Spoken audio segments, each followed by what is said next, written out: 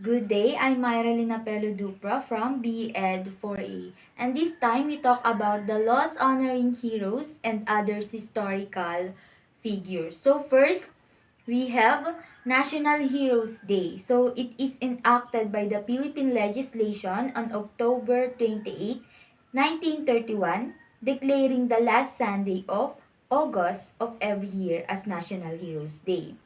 And National Heroes of Philippines Day is celebrated on August 28. The day is celebrated by the Filipino people to honor and remember all the heroes of the revolution who helped to establish the foundation for the country's independence.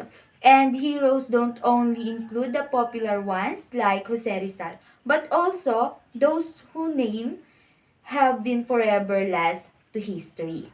And next, we have the Year of the Filipino Heroes. So issued by President Fidel V. Ramos declaring the year 1996 as the Year of Filipino Heroes to pay tribute to all Filipinos who contributed to the cause of freedom, justice, independence, and nationhood. So in 1994, former President Fidel Ramos issued declaring 1996 as the Year of Filipino Heroes. It was a year to celebrate all Filipinos who directly or indirectly contributed to freedom, justice, and independence of the Philippines. So next we have executive summary. No law, executive order, or proclamation has been enacted or issued officially proclaiming any Filipino historical figure as a national hero. However, because of their significant roles in the process of nation building and contribution to history, there were laws enacted and proclamation issued honoring these heroes. And even Jose Rizal, considered as the greatest among the Filipino heroes, was not explicitly proclaimed as a national hero. The position he now holds in Philippine history is a tribute to the continued veneration or acclamation of the people in recognition of his contribution to the significant social transformations that took place in our country. So, first we have Jose Rizal. Decree of December 20, 1898. It was declared by Emilio Aguinaldo that December 30th of every year as the natural day of mourning for Rizal and other victims of the revolution.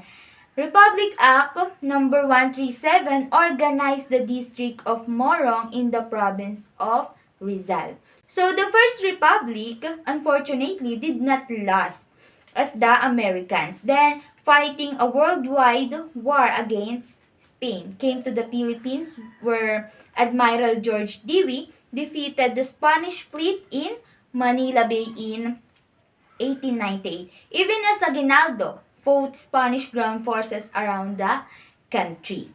After that, Spain signed a peace agreement with the Americans in which it surrendered the Philippines, Cuba, and Puerto Rico, disregarding General Aguinaldo's Philippine Revolution, which was beginning to gain victories over the Spanish forces. The Philippine-American War proceeded, but it ended when Aguinaldo was captured by American troops in Palanan, Isabela in 1901.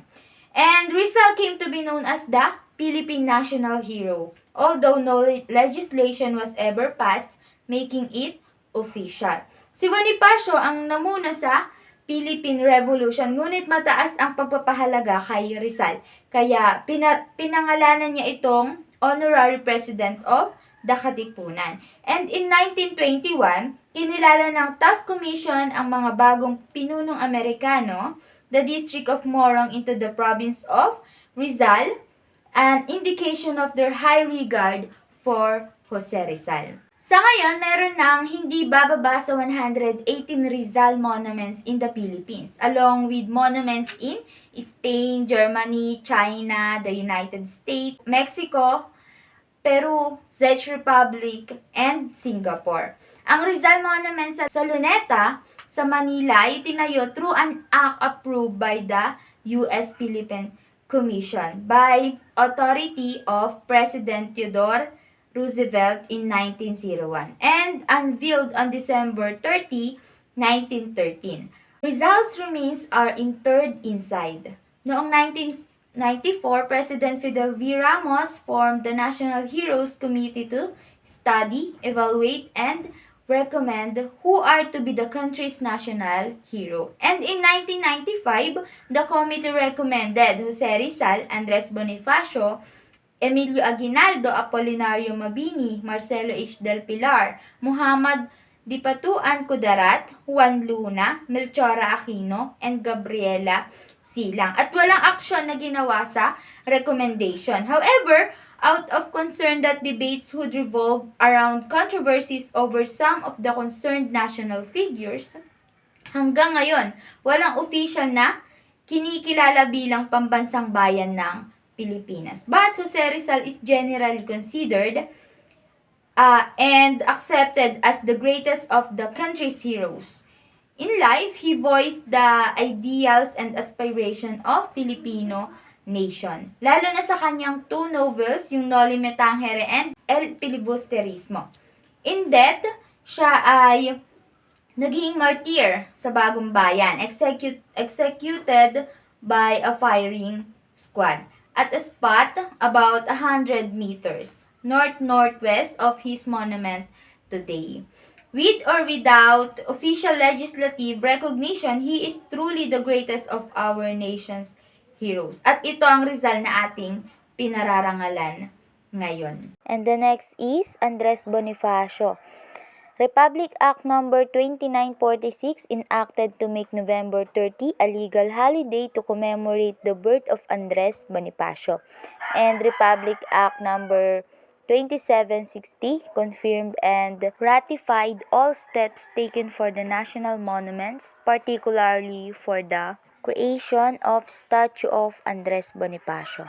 So, Andres Bonifacio, before the 1930s, there was no monument impressive enough to honor the great plebeian. So, plebeian, it is a commoner or a member of the common people in ancient Rome. As Bonifacio was called, all that existed were busts of the hero. So, Andres Bonifacio, before the 1930s, there was no monument impressive enough to honor the great plebeian. So, plebeian, it is a commoner or a member of the common people in ancient Rome. As Bonifacio was called, all that existed were busts of the hero. A monument which used to stand at the Clover Leaf, an interchange of the Manila North Expressway, was not in honor of Bonifacio but dedicated to the heroes of 1896. Ang original na plaque ay nakasulat ang A Lost Heroes the 1896 at nawala na rin yon at napalitan ng Bonifacio, and the statue was relocated in front of the Vinzons Hall of the Philippines in Diliman, Quezon City, na naging simbolo ng Caloocan City ng Kalaunan. At ito ay nakatayo na mas mataas pa sa Rizal Monument sa Luneta. The monument is usually mistaken to mark the site of the first cry, which actually took place in the vicinity of the Clover Leaf. Bagamat matagal nang kinilala si Bonifacio bilang isa sa pinakadakilang bayani ng Pilipinas, at noong 1921 lamang siya binigyan ng formal na pagkilala. And on February 9 of the year, the Philippine legislation enacted Republic Act No. 2946, proclaiming November 30 of each year as Araw ni Bonifacio and observing it as a national holiday. Next is Graciano Lopez Heina. Republic Act No. 1790 declares December 18th of every year as a special working public holiday through the country, or the Graciano Lopez Heina Day. So, si Graciano Lopez Heina, there are a number of different memorable people that are renowned for literary ability. However, Graciano Lopez Reina is a man that is well known and respected for a variety of achievements. Si Reina ay kinikilala bilang isang mahalagang bahagi ng Rebolusyong Pilipino. And this revolution, which is also known as the Tagalog War, helped to release the Philippines from Spanish rule. And in Spain, Reina would eventually become a very well-known advocate for Filipino issue. He and two other men, Jose Rizal and Marcelo H. Del Pilar, would become the main propagandists speaking out for Filipino reform. Thus, the biography of Graciano Lopez Reina is one of a man who was committed to changing the way in which the Filipino population was treated. One of Reina's most popular works included the Las Solidaridad, na isang pahayagan na may malaking bahagi sa kilusang propaganda na tumulong sa Rebolusyong Pilipino. In addition to being a very prolific and effective writer, Reina was also known as a very fiery orator. Kilala rin siya sa pagbibigay inspirasyon sa kilusang propaganda sa kanyang mga talumpati, which helped to move the Filipino people to demand change. Thus, in many ways, Graciano Lopez Reina can be credited with helping to spur the movement that would lead to the Philippine Revolution, which would eventually allow the Philippines to get out from under Spanish control and gain its independence. And the fourth one is Donna Aurora Aragon, Quezon. Republic Act No. 70-85 declares February 19th of each year as a special non-working holiday in the province of Aurora to commemorate her birthday.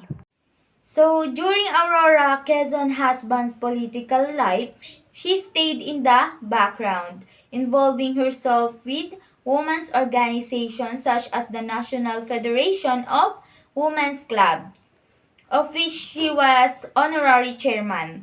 Siya ay napaka-aktibo sa campaign upang bigyan ang mga kababaihang Pilipino ng karapatang bumoto na nakamit noong 1937. At si Manuel L. Quezon died of tuberculosis on August 1, 1944. Thereafter, Mrs. Quezon moved to California to await their return to their native country. She and her daughters volunteered as nurses in the Red Cross. At noong 1947, the Philippine National Red Cross Organization, Aurora Quezon became the first chairman of the Philippine National Red Cross at hawak niya ang posisyon hanggang sa kanyang kamatayan noong 1949. Pinangalanan ng Concerned Woman of the Philippines ang Aurora Aragon Quezon Peace Awards after Mrs. Quezon to remind people of the fact that in times of violence, the first to suffer are the innocent. Next is Julian Felipe. Republic Act No. 7805 declares January 28 of every year as a non-working special public holiday in the city of Cavite to be known as Julian Felipe Day. So si Felipe joined the Philippine Revolution in 1896. His participation in the uprising resulted in imprisonment at Fort Santiago together with 13 martyrs of Cavite. At ang 13 martyr ay hinatulan ng kamatayan. But Felipe was found innocent and was eventually released on June 2, 1897. Si Julian Felipe ay isa sa pinakatanyag na composer in our history. He was commissioned by Emilio Aguinaldo to compose the Philippine National Anthem o yung Lupang Hinirang, which was played during the Declaration of Philippine Independence on June 12, 1898. And Julian Felipe is a hero of our time. Siya ay isang tao na nag-alay ng kanyang buhay sa paglilingkod sa kanyang bansa.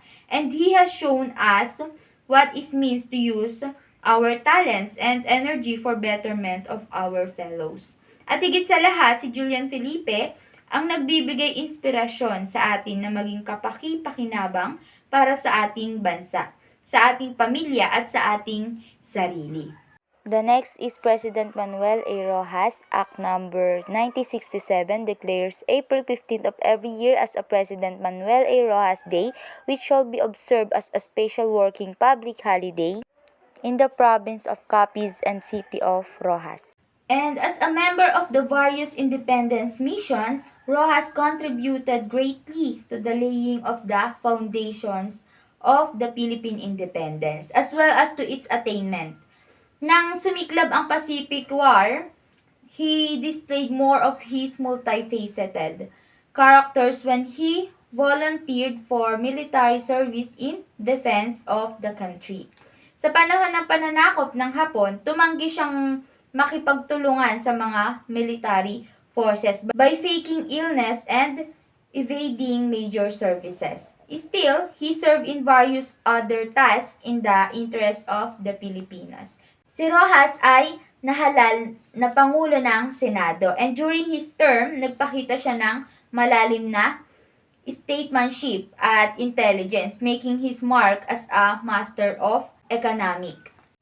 He was among the 7 wise men who drew up the Constitutional Convention and accordingly became the last of the Commonwealth presidents and the first for the Republic of the Philippines. An undisputed pillar of Philippine democracy, his selfless dedication to his country's political and economic development is a timeless virtue worthy of emulation even by succeeding generation. Namatay si Rojas sa Clark Field noong March 15, 1948. His widow was the former Trinidad de Leon whom he left with 2 children. The last one is Benigno Ninoy Aquino Jr. Act number 9256 declares August 21 every year as Ninoy Aquino Day and a non-working holiday to commemorate his assassination. So the last well-known monument honoring Ninoy Aquino is the one that stands at the corner of Ayala Avenue and Paseo de Rojas in Makati City, the country's financial and business center. Ang lugar na ito ay nagsilbing venue para sa mga political rally kasunod ng pagpaslang sa kanya noong 1983 at hanggang sa tagumpay ng People Power noong 1986. In 2015, President Benigno S. Aquino III signed Republic Act number 10062, naming a 16.6 kilometer segment of the National Highway along the Iloilo Diversion Road or Iloilo-Capiz Road as Senator Benigno S. Aquino Jr. Avenue. Sa kabila ng mga monument and artifacts, ang kabayanihan ng yumaong senador na si Ninoy Aquino ay namuhay sa puso at isipan ng milyong-milyong Pilipino para sa kanyang malalim at tapat na pagmamahal sa bayan at mamamayan. That's all for today. I hope you learned. Thank you and God bless everyone.